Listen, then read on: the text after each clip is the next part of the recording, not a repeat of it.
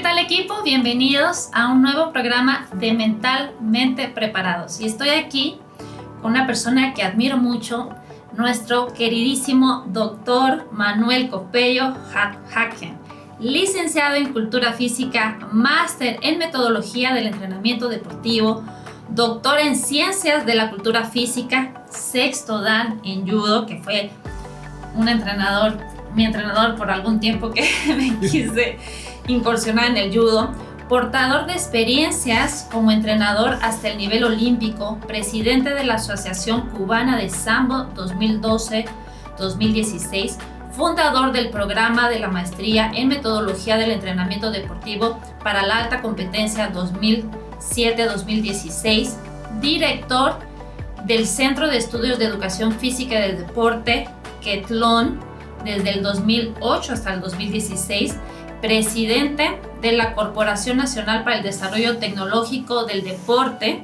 autor de la obra El Arte de Enseñar Judo 2005 y otros artículos relacionados con la preparación del deportista y la formación y capacitación de entrenadores.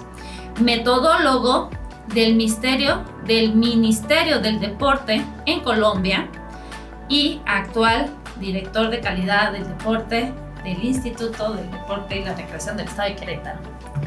Doctor, bienvenido a este programa Mentalmente Preparados.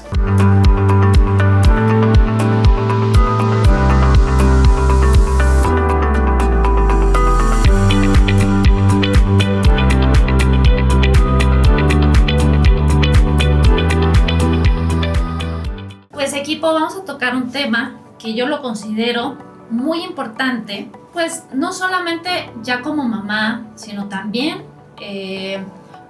creo que como entrenadores y como mismos atletas debemos de entender el riesgo que implica hacer una disciplina.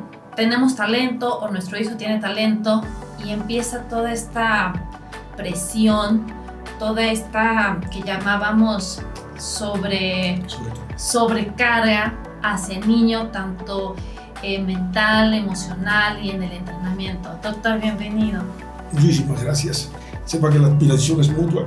Gracias. Admiro su capacidad como atleta, como persona, como el modo en que incentiva el trabajo y el personal que está a su alrededor. Y además esas inquietudes, esos temas que son tan relevantes. Sí, efectivamente, la sobrecarga como el estímulo que quiebra el estado de equilibrio biológico de las personas con vista a buscar un nuevo nivel de adaptación es el término adecuado. La sobrecarga tiene una magnitud y también tiene una dirección que tiene que ser cuidadosamente estudiada antes de aplicarla, sobre todo a los niños. Claro, doctor. Y pasa esto, a veces que un papá, no sé, o el mismo entrenador ve que hay un niño pequeño que le empieza a ver cualidades, talento, porque sí, creo que lo he mencionado en algunas ocasiones, todos los deportistas que llegan a destacar, doctor, a nivel mundial, olímpico, evidentemente iniciaron una carrera deportiva muy pequeños, desde los 3, 5 años, 6 años. Es decir, al entrenador le llega un bebé, prácticamente un niño que de una u otra manera, a veces en la dinámica, puede ir viendo, o el mismo papá puede ir viendo que tiene talento. Y el error más grande que yo creo que se puede llegar a cometer, sobre todo en esta parte inicial donde al niño se le ve talento, el someterlo a cargas que no van de acuerdo con esta primera etapa, ¿no, doctor? Ese es un tema muy sensible. Como le decía antes, un niño no es un hombre en miniatura. Claro. Hay procesos biológicos y psicológicos que deben tenerse en cuenta en el proceso de iniciación deportiva, sobre todo en edades tempranas. En nuestro deporte es de contacto fundamentalmente. Sí. Obsérvese que desde el punto de vista anatómico, por ejemplo, la proporción entre el tamaño del cuerpo y el tamaño de la cabeza no es proporcional. Claro. Por lo tanto, la cabeza no está en total dominio por parte del niño, y además de eso, la maduración ósea de la columna vertebral no ha concluido, y por tanto tampoco ha concluido la consolidación del sistema nervioso. Y los niños sí se adaptan muy rápido a las cargas, pero se producen lesiones que no son detectables por su gran capacidad de adaptación y forzamos a los niños a hacer actividades para las cuales realmente no están preparados, aunque parezca. Fíjense que en los Juegos Olímpicos de 1972 en Múnich, creo que ahí fue, Nadia Comaneci obtuvo varias medallas de oro, pero los procesos de adaptación a lo que sufrió obligó a la Federación Internacional de Gimnasia a posponer la participación de estos deportes de especialización temprana a una edad superior, porque se demostró que con 14 años, aunque sean medallistas, los daños que sufren son irreparables e irreversibles. Y los niños se pueden adaptar perfectamente a eso, pero la adaptación significa que se orientó biológicamente en la dirección no indicada. Entonces, no permitirle al niño que cumpla su ciclo de niño le puede dejar secuelas que van a arrastrar en su vida de adulto. Claro, y lo que mencionó doctor Copello es justamente el que es bien importante que exista un proceso para asegurar el mayor potencial de nuestro atleta, porque cuando hay un exceso de carga, más allá de lo que podemos llegar a pensar, que decimos, no, pues como es mucho el entrenamiento, de aquí a unos años pues él va a sacarle ventaja a todos los demás porque lo que él ya viene entrenando, o sea, no, es totalmente erróneo, porque cuando creo que no me va a dejar mentir, y si no ahorita nos lo explica bien, cada etapa de entrenamiento pues tiene su propia característica y su propia función para asegurar que el atleta pueda llegar. Sí, así es. Y no es que deba existir, es que existe. Los niños no hacen planes de entrenamiento, porque la condición biológica que poseen no les permite procesar cargas. Por ejemplo, los procesos anaeróbicos no tienen lugar, porque las enzimas que catalizan el trabajo en la ausencia de oxígeno no existen en los niños. Los niños, cuando tienen un bajo nivel de coordinación, entre 3, 4 y a veces 5 años, se dice que están aptos para hacer una gran flexibilidad. Pero al mismo tiempo, si bien es cierto que existe esa posibilidad de entrenar la flexibilidad, hay una estructura ligada al músculo, pero una estructura nerviosa llamada uso, que cuando están llegando al límite se tranca y es un mecanismo de protección. Como los niños no tienen ese proceso completo, siguen trabajando la flexibilidad y eso conduce al desplazamiento de órganos. Entonces tiene una gran flexibilidad, pero arrastra una lesión para cuando surge esa estructura donde ya no va a poder hacer uso de la flexibilidad que tiene. O sea, el entrenamiento excesivo de la flexibilidad, por poner un ejemplo, puede conducir al desplazamiento de estructura y más tarde esa flexibilidad que obtuvo no la va a poder obtener. En cambio, hasta los 8 o 9 años, que el niño está creciendo moderadamente, porque todavía no hay desarrollo sexual, es importante trabajar la coordinación. La coordinación es la capacidad que permite manifestar adecuadamente los niveles de desarrollo de la fuerza y la velocidad, que son capacidades tan ansiadas por los entrenadores, pero que no se pueden entrenar en esas edades. Sin embargo, la coordinación permite que se creen las condiciones psicológicas y biológicas para el futuro entrenamiento de estas capacidades. Cuando los niños llegan a la edad del desarrollo sexual y aparecen las concentraciones de testosterona en sangre, se acelera el crecimiento, pero al mismo tiempo el niño no está preparado para movilizar los segmentos corporales que han crecido desproporcionadamente. Así que baja la coordinación, aunque mejore la fuerza. Por lo tanto, el objetivo fundamental de la iniciación a partir de programas de enseñanza y no de planes de entrenamiento, es importante acotar eso, un plan de entrenamiento y un programa de enseñanza, debía ser el mejoramiento de la coordinación, porque en los periodos en que el niño está creciendo y no domina sus segmentos corporales, no puede hacer acciones técnicas complejas. Doctor, ¿y podríamos, generalizar un poquito que esto que menciona es como que el ABC de todas las disciplinas deportivas? No, hay deportes que son de especialización temprana y requieren un tratamiento diferente. Por ejemplo, los gimnastas utilizan mucho la repetición para repetir una y otra vez las acciones técnicas, porque el éxito deportivo depende del respeto del patrón técnico convencionalmente establecido. Entonces, cuando empiezan esas edades, hacen muchísimas repeticiones. Deben tener en cuenta que la monotonía de los esfuerzos puede conducir a la apatía por parte del atleta y podrían decepcionarse por eso. Hacerle comprender al niño, hacerle notar que el motivo que orienta su voluntad es ser el mejor o ser el campeón. Y entonces cuando el motivo que orienta su voluntad coincide con sus aspiraciones, se desarrolla la motivación y la voluntad. Pero cuando el método es incorrecto, ese volumen de tantas repeticiones puede conducir a que el niño se vaya del mundo. ¿Qué recomendación usted tendría para todos estos profesores que entiendo que debe de haber un periodo de enseñanza de la propia disciplina y que posteriormente esta llegue a ser una especialización. O sea, ¿de qué edades aproximadamente estamos hablando o de cuánta durabilidad estamos hablando? Lo primero es ajustarse a las características morfofisiológicas de los niños según los periodos sensitivos de desarrollo. No se le puede pedir más de lo que ellos pueden dar. Eso es lo primero. Lo segundo, desde el punto de vista metodológico, es no abusar de planes de entrenamiento en edades tempranas, porque los planes de entrenamiento se basan en la adaptación biológica, sino basarse en programas de enseñanza que tienen que ver con los componentes didácticos, objetivos, contenido, métodos, etc. Cuando uno trabaja con un programa de enseñanza, la finalidad es el aprendizaje. Y cuando uno trabaja con un plan de entrenamiento, la finalidad es el rendimiento. Los entrenadores tienen que poder diferenciar el plan de enseñanza y el plan de entrenamiento. Y ya digo, ajustando a las cualidades de la personalidad o a las cualidades de los niños según el periodo donde se encuentran. Eso es importante. No buscar especialización, porque para buscar especialización había que saber en este mundo, este mundo tan complejo del deporte, por ejemplo, cuál es la composición muscular de los niños. Sabemos que hay fibras que son blancas, que son de predominio, que no hay tanta oxigenación, porque están orientadas al mejoramiento de la fuerza y la velocidad. Y hay composición de fibras rojas que se orientan entonces al evento de resistencia. Y eso es una garantía en la orientación de la especialización. Así, por ejemplo, algunos padres quieren satisfacer sus aspiraciones obligando al niño a hacer un deporte para el cual no está preparado. Claro.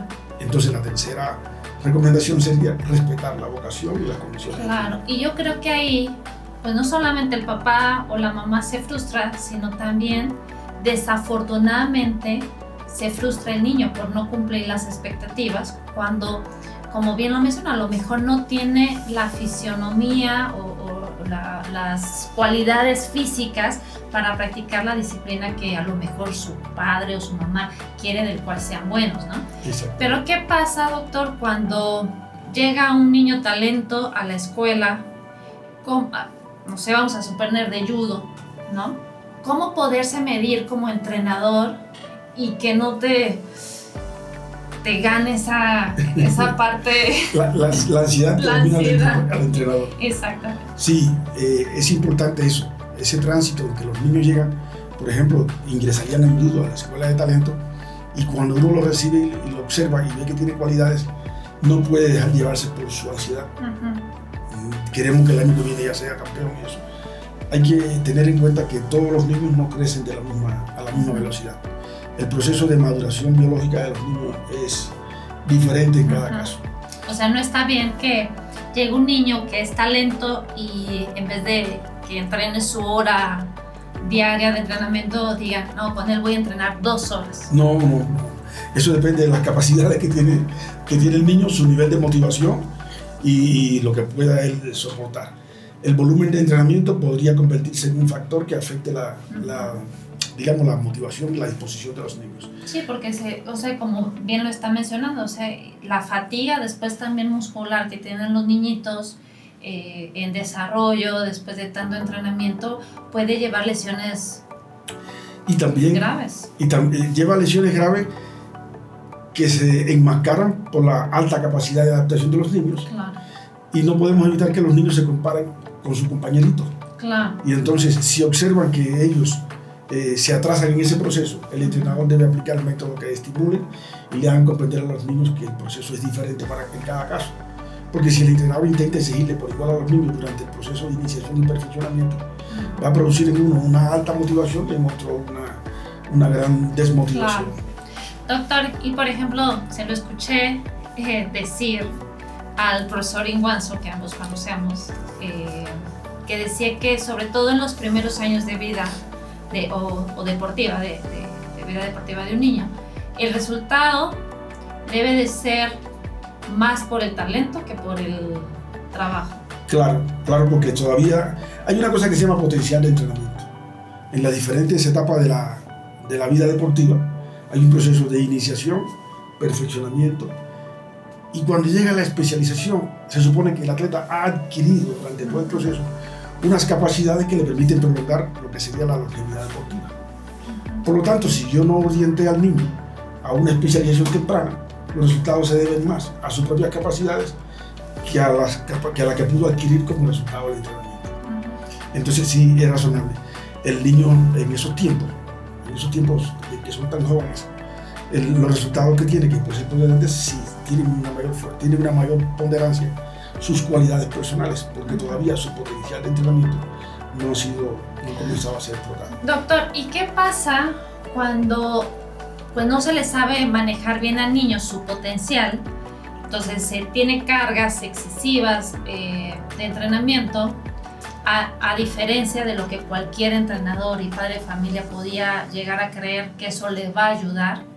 ¿Cómo es que eso merma y disminuye la longevidad deportiva del atleta? Claro, si el niño, por interés del entrenador y a veces por interés de las instituciones, queremos ser campeones desde temprano, y el niño tiene que hacer un esfuerzo, adelantar su especialización para alcanzar los resultados que le pide la sociedad o que le pide el entrenador, la base queda muy estrecha. Y por lo tanto, si la base que lo sustenta para proyectarse al futuro es una base estrecha, la meseta de evolución de la longevidad deportiva se va a reducir notablemente. Eso es una de las principales diferencias que hay o que se plantea que existe entre el modelo tradicional de Matiev y los modelos de cargas concentradas que son los actuales, porque a los niños lo especializan tempranamente y por tanto pueden soportar 1 o 2 ciclos olímpicos, mientras que aquellos soportaban 4 ciclos olímpicos. Claro, por eso es que a veces que cuando padres de familia recurren a algún tipo de entrenador o preparador físico, te pregunta si ha llevado una preparación antes, y como que ya no le quieren entrar si ha llevado una preparación antes, porque saben que ya es un niño que está muy trabajado, ¿no? Sí, pero eso también puede conducir a un error, porque el efecto del trabajo realizado tiene lugar en las estructuras musculares que lo realizaron. Así, por ejemplo, si el niño de atletismo, donde los eventos son generalmente cíclicos, que quiere decir que el movimiento se repite constante e invariablemente como una carrera. Doctor, y hablaba justamente de este agotamiento mental que llega a pasar cuando están estas cargas a las cuales a veces los niños deportistas se pueden llegar a someter cuando tienen talento. ¿Cómo como padres podemos tener un equilibrio entre, yo en lo personal creo que he manejado o he tratado de manejar con mis hijos pues un equilibrio también en la parte deportiva y en la parte de reconocer que son niños y que pues tienen que jugar y desenvolverse en ese aspecto, ¿no?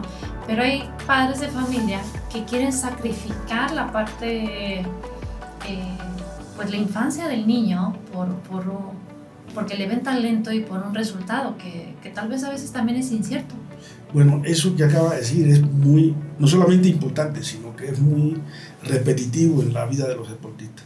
En mis reuniones con los padres, acá en el estado de Querétaro, yo le he dicho que los niños vienen de su casa, reciben la carga de entrenamiento y se retiran fatigados. O sea, los niños se van para la casa peor de lo que regresan. Porque la fase de recuperación y compensación que tiene lugar después de la carga está al lado de los padres. Claro. Y si los padres se convierten en una sobrecarga, el niño no tiene fase de recuperación. Y se hace entonces muy difícil su vida porque como el entrenador es el encargado de quebrantar su estado de equilibrio neurológico a través de la carga, pues es una relación severa, donde el entrenador es al mismo tiempo cómplice, pero verdugo del niño. Y si los padres hacen de verdugo y no hacen de un poder compensatorio, el niño está sobrecargado todo el tiempo. ¿Y qué consejo les podría dar a todos estos padres de familia que nos están escuchando y que tienen en su casa a un niño que de verdad es talentoso en la disciplina en la que practica? Lo primero que tienen que saber los padres es, primero, convertirse en amigos de sus niños y estar consciente que el alto rendimiento no es una cuestión masiva. El alto rendimiento es el resultado de un proceso de especialización exigente para el cual a veces no estamos preparados. Sí, es muy selectivo. Exactamente. Entonces, entender que usted piensa que el niño va a ser bueno en este deporte, que tiene una estructura mecánica, las acciones técnicas, tiene un efecto fisiológico determinado, pero quizás su niño está preparado para hacer esfuerzos diferentes, porque son muchas disciplinas deportivas. Y entonces sería bueno que consideraran que si su niño realmente tiene las condiciones para ese deporte específico y no exigirle más allá de lo que le exige el entrenador, y cuando quieran compartir una meta, el padre debe ser cómplice, porque ya le basta con las exigencias que establece el entrenador. Yo quería aprovechar para, además de decirle a los padres, también decirle a los entrenadores que no justifiquen su actuación diciendo que el alto rendimiento es tóxico y dañino, porque más que el alto rendimiento es el método que se aplica. El método, por supuesto. Lo único que va a hacer que de verdad un atleta destaque es cuando el deseo surge de él mismo. Exactamente. ¿No? Cuando, como decíamos al principio, cuando él identifica que el objeto que satisface su necesidad es ser el campeón. Claro. Entonces eso es lo que puede llevarlo a alcanzar el más alto resultado. Claro. Durante el proceso de iniciación, durante la primera fase del macrociclo de entrenamiento o del programa de enseñanza, tiene que ser capaz de orientar la personalidad del niño a descubrir cuál es el aspecto que satisface que crea su motivación. Ese es el primer paso en la preparación psicológica. A veces nos centramos en temas que son externos, pero tiene que ser lo primero interno. Y eso está condicionado por principios pedagógicos. Por ejemplo, aprender primero desde la sensación y después entonces a la percepción y luego al pensamiento. Porque si queremos que comprenda el principio lo que no siente, lo estamos atiborrando con información que es inútil. Entonces, en ese proceso de orientación de la enseñanza, él va descubriendo y razonando cuáles son los parámetros del deporte, de la técnica, hasta que descubre aquello que realmente le satisface su necesidad, y entonces se encamina. Cuando logra hacer eso, ya definitivamente tenemos un atleta. Por eso es que después aparecen otros procesos psicológicos, como son el autocontrol, porque esa motivación desmedida lleva esfuerzos que son a veces por encima de sus posibilidades, y tiene que aparecer la técnica de autocontrol y de autovaloración para que él respete sus límites. Pues basado a todo lo que hemos comentado, creo que es bien importante que tanto padres de familia como entrenadores busquen también este motor de motivación para el niño, que lo va a hacer dar este salto que bien lo mencionó, en dar por obligación a dar por la pasión que siente por esta disciplina. Doctor, para finalizar, ¿qué consejo nos puede dar a todos los que me siguen en este canal? Yo creo que este tema, antes de darles un consejo, me gustaría reconocer que es una actividad muy noble y muy importante. Y entonces al equipo quisiera aconsejarle que se orienten en este campo, que es muy amplio, para que su información y su actuación sea cada vez más efectiva en la comunidad de padres, entrenadores y atletas, cuyo objetivo es alcanzar el máximo nivel.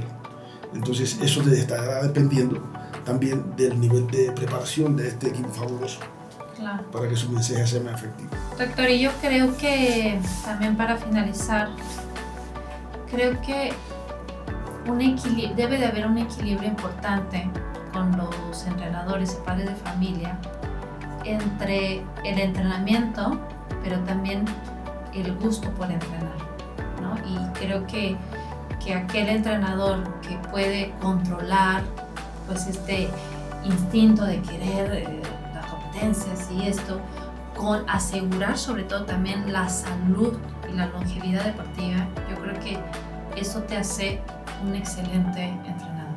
Sí, y eso está relacionado con la autopreparación del entrenador. Tenía un metodólogo en Cuba cuando yo era profesor de educación física que decía que la preparación metodológica, la buena preparación metodológica del profesor comienza con su autopreparación. Claro. Sí, entonces. Súper. Cerramos con eso, que me encantó. Equipo, muchísimas gracias. Nos vemos en el siguiente programa y recuerden estar mentalmente preparados. Bendiciones a todos.